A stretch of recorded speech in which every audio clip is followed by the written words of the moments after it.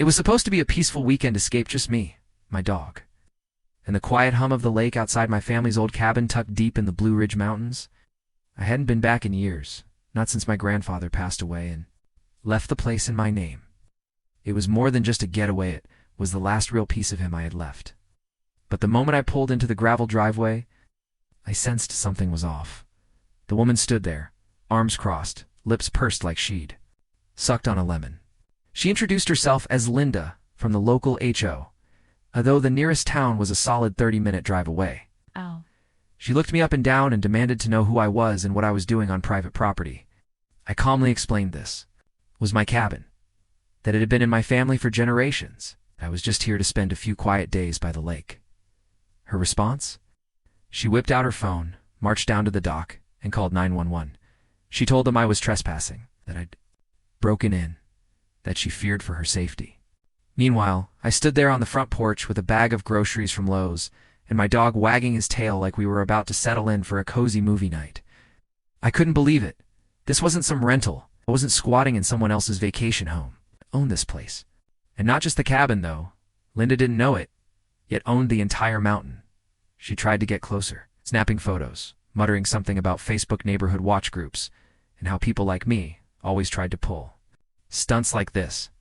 I glanced at her SUV parked halfway across my driveway and saw an IGHOA Moms sticker on her bumper. It felt like a joke. But it went. Minutes later, 2 sheriff's cruisers rolled up the dusty road, lights flashing through the pine trees. Linda waved them down like she was the queen of the forest. And as I stepped forward, ownership deed in hand, heart pounding, and Linda had no idea what she'd just started, the sheriff stepped out first. Tall and broad with a weary expression like he'd already seen too much nonsense. For one day, Linda practically ran to him, waving her hands, pointing at me, going on about squatters, community safety, and strangers in the woods. She didn't stop to breathe. She didn't even let him ask a question. The second deputy leaned on the car door, watching me like I might suddenly pull something. I didn't. I just stood still, holding the manila envelope with the deed inside. Heart thudding loud enough to echo through the trees. "Ma'am," the sheriff finally said, cutting Linda off. "Let's slow down. Let's hear from both sides." Handed over the papers, I explained who I was, how my grandfather bought this land back in the 60s, how the cabin had been in our family ever since. I even had the property lines printed from the county records, showing I didn't just own the cabin, I owned every acre around us, all the way up to the ridge. The sheriff glanced through the documents, nodding slowly.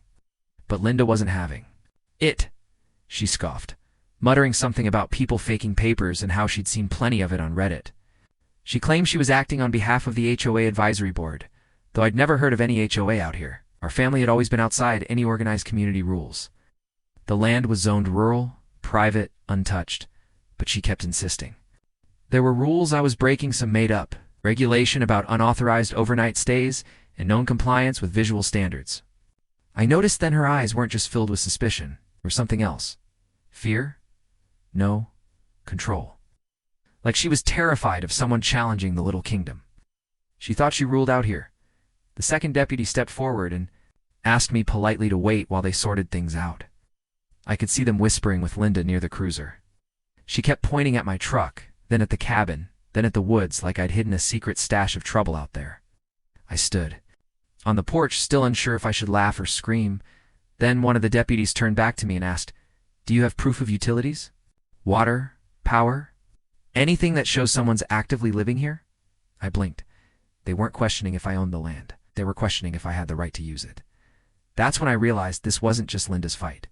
Someone else might be pulling the strings. I went back inside the cabin to dig through the old utility drawer where my grandfather kept everything. Dust-coated most of it, but I found what I needed: an envelope with recent paperwork from the local electric co-op and a receipt for propane delivery from just 3 weeks ago. He might have been gone a year, but I'd been maintaining the place, checking in every season, keeping everything registered in my name. When I stepped back outside, Linda was pacing near the lake, still on the phone, likely reporting live updates to one of her HOA Facebook or Pinterest mom groups. The sheriff was scribbling notes in a worn pad, while the deputy stood with crossed arms, eyes on me like I was a puzzle missing a piece. I handed over the utility receipts quietly. The sheriff gave them a glance and sighed. "This checks out," he muttered. Still no apology from Linda, just more outrage. This area has rules. There's a homeowner's covenant, he should have applied for access. There's a visual code. She snapped, as if my old red cabin was some sort of violation against her Pinterest perfect worldview. She kept talking. About her right to protect the community? How she'd seen strangers before who claimed they had rights, only to cause problems. That's when something strange happened. You said board oversight. Which board are you talking about? Linda froze. She blinked, hesitated, then reached into her bag and handed over a worn binder. Sheriff flipped through it, frowning. Most of it was printed out emails, nothing official. It's nothing legally binding. It's a few maps with hand-drawn markings, some copies of zoning codes, and a lot of red circles around. Properties that weren't hers. My name was circled twice. I asked her point blank, "Why are you so invested in this land?" She didn't answer. Instead, she looked away and said, "We just want to make sure this mountain stays safe." But safe for who? Back inside the cabin.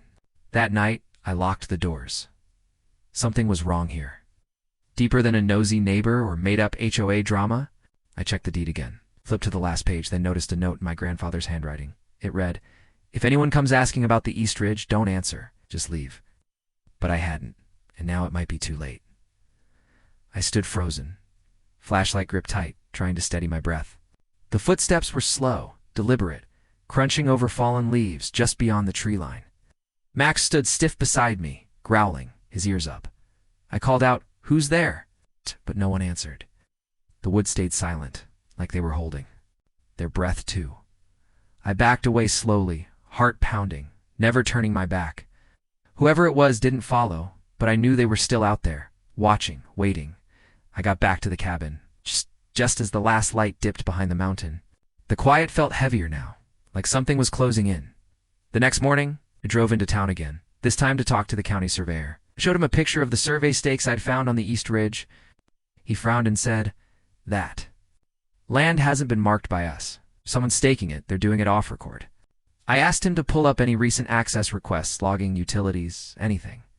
He hesitated, then turned his screen toward me. There was a pending permit application filed under a shell company name requesting approval for underground utilities. On private land, the coordinates, right through the East Ridge, and directly under my cabin. I sat back, stunned. This wasn't just about Linda wanting to build a fancy eco-village. Someone was trying to dig into something literally under my property. That's when I remembered the well. I'd always thought it was just an old water source, long sealed off. But the pile of fresh dirt behind it suddenly made sense. I walked back that afternoon, following the trail again.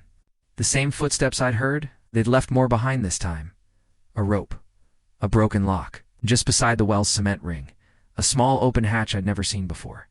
It wasn't just a well, it was a tunnel, as I stood there staring. Down into the darkness, I heard a rustle behind me, a voice, calm and cold. "You weren't supposed to find that." I spun around, and there he was. Not Linda, not the sheriff, but a man I'd never seen before, dressed in work boots and a heavy jacket, face half covered by a cap. He looked like he belonged in those woods. And he didn't look surprised to see me. I didn't move. My eyes locked with his, trying to read what was coming next. The man didn't reach for anything. He just stared, like he was measuring whether I was a threat or not. "Who are you?" I asked, voice low. "You don't know?" He replied, almost disappointed. "Your grandfather and I? We had an agreement. Kept this place quiet, untouched, out of the public eye." I blinked. "What agreement?" He nodded toward the tunnel. "Well, it's not for water. That tunnel leads to a mineral shaft, natural crystal veins, some rare. Government wanted it years ago, but your grandfather made sure it never happened. Kept the land private, kept them out." I felt cold. All those years my grandfather kept this place off the map, never letting anyone talk about it, never mentioning what was really buried under the mountain. "You're the one staking the ridge?" I asked. He smirked. "No, Linda's family is. They think there's money to be made, land development, vacation retreats, partnerships with companies like Lowe's, Pinterest, Cabin Life Promotions. But they don't know what's actually down. There, I've just been watching, making sure no one touches it." I looked toward the tunnel. "Why now?" He tilted his head. "Because you came back, and because your name's on that deed. Once you step away, the rights go to probate. They've been waiting, but you ruined the timing." Suddenly, everything clicked. Linda's fake HOA drama, the permit requests, the fear in her eyes when I stood my ground. They weren't trying to scare me off for fun, or trying to push me into leaving voluntarily so they could move in before anyone noticed, but I wasn't leaving. I stepped back. I'm not signing anything. I'm not selling. And I'm definitely not handing this over. The man studied me again. Then slowly he smiled. Good, then maybe we're on the same side after all. He turned and disappeared into the trees without another word. Later that night, I returned to the cabin, locking the doors, heart still racing. I thought the storm had passed, thought the fight was over, but the next morning, a sleek black SUV with tinted windows was parked in the drive. I'll Linda this time. Just a man in a suit, waiting by the door holding a folder marked U.S. Department of Energy. The real battle, it seemed, had just begun. I stepped onto the porch, heart steady now. The man in the suit greeted me by name before I even spoke. Miss Dawson, I believe we have some things to discuss. He opened the folder: blueprints, mineral surveys, and legal paperwork going back decades. Your grandfather entered into a confidentiality agreement with the Department of Energy in 1972. The land was designated as a protected site. Due to what lies beneath the East Ridge, nothing has changed. Except now, you're the legal heir. I didn't say anything, just listened. He explained they'd been monitoring activity on the ridge ever since Linda's family started poking around fake HOAs. False permit applications, even hiring private surveyors. They tried to claim eminent domain through back channels, hoping I'd never show up or fight back. But I had, and that changed everything. We're not here to take the land, he said calmly. We do need your cooperation. And your silence. He handed me an agreement, almost identical to the one my grandfather signed. I had a choice: keep the land, protect it, and keep the government informed. Or sell it, walk away, and never look back. I thought about everything my grandfather's warning. The quiet strength of this mountain, Max curled up on the porch without a care in the world. I thought about Linda, who vanished from the area. Days later, her HOA project suddenly scrubbed from Facebook and IG. No more signs. No more calls. No more patrols. I signed the agreement not for the money, not for fear, but because some places are worth protecting. Some secrets are meant to stay buried. The black SUV disappeared just as quietly as it had come. Mountain returned to its usual stillness, started fixing up the cabin, cleaned out the shed, planted flowers out front, got to know the sheriff better. Turns out he always suspected something was off with Linda. I never saw the man in the woods again. But sometimes late at night, I'd spot a faint flashlight near the ridge. It's moving just enough to remind me someone was still watching. I don't post much online now, no Facebook updates, no Pinterest cabin tours. It's just peace and quiet, tucked away where no Lowe's near me AD could ever find it.